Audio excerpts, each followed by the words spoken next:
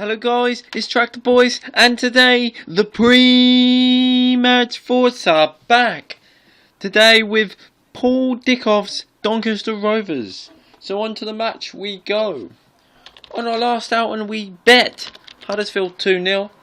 Goals from Paul Anderson and Daryl Murphy. But from regards to the all match reports and some of the radio commentary I listened to, it looks like we probably should have won it by more. I'm not going to complain, but goal difference could be a factor in us getting in the playoffs.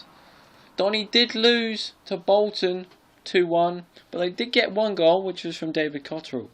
So as it stands in the Sky Bet Championship, Ipswich are 9th, outside the playoffs by 2 points, with Reading occupying 6th place, and they don't play until Monday against league leaders Leicester. We just have to hope that we score more than Brighton and hope our goal difference would be enough to sneak us in today. Well, Donny will be looking to get the 3 points because they are only 4 points clear of relegation. So it's going to be a massive match for both teams. Well, on to today's match, shall we? I've talked about stats, I've talked about league positions, but I'm going to talk about how both teams' approach will be. Ipswich will want to get goals in order to get the goal difference up, as to say, where Donny will want to get it because they need the points. However, it's at home and it's a home banker and everyone would expect Ipswich to win. But in the Sky Bet Championship, nothing is easy and they would have to be 100% committed and not just have that bit of quirkiness about them, just thinking, oh yes, we've won it before we've even played. Because in football, overconfidence is a bad thing. So on to the main players to look out for. And starting with Doncaster is a player that always seems to play well against Ipswich, and that player is Billy Sharp. I think he's on loan from Southampton, if I will, but I don't know if he scored a goal for Doncaster Rovers. But he's always got the striking ability to do so, because he has scored many goals throughout his career, and has scored, I think he scored for Doncaster, but I'm unsure. He may not have. No, he has scored 4 goals in the league for Doncaster. Their top goal scorer is Chris Brown, with Theo Robinson on 5, Cotterill on 4 and Sharp on 4. Injury doubts to this game are Lucas Neal and Richie Wellens, former ITFC loanee. The main player for Ipswich, well, we're probably going to go unchanged. So this would have to be a player who has been the most improved, I'd say, for Ipswich. And that is Daryl Murphy. He is the striker. He came to the club on a bit of poor form.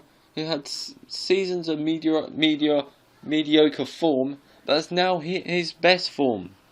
And he's benefiting with a large sum of goals.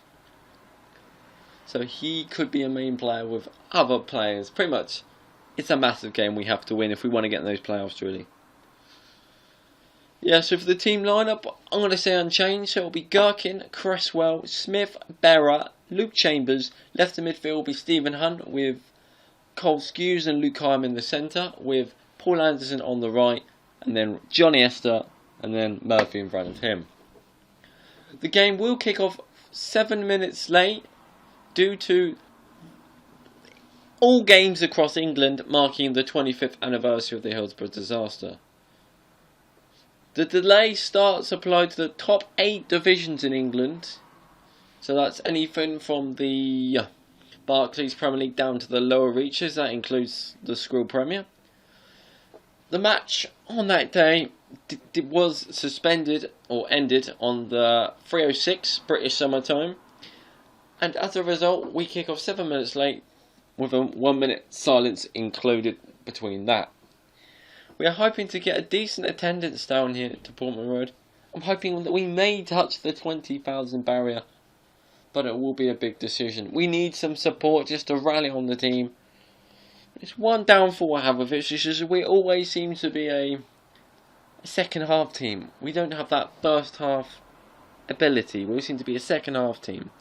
So it's been me, Tractor Boys. Please give a like and a sub. Comments will be much appreciated. And you know what time it is now, guys. It's match day. Come on, you Blues!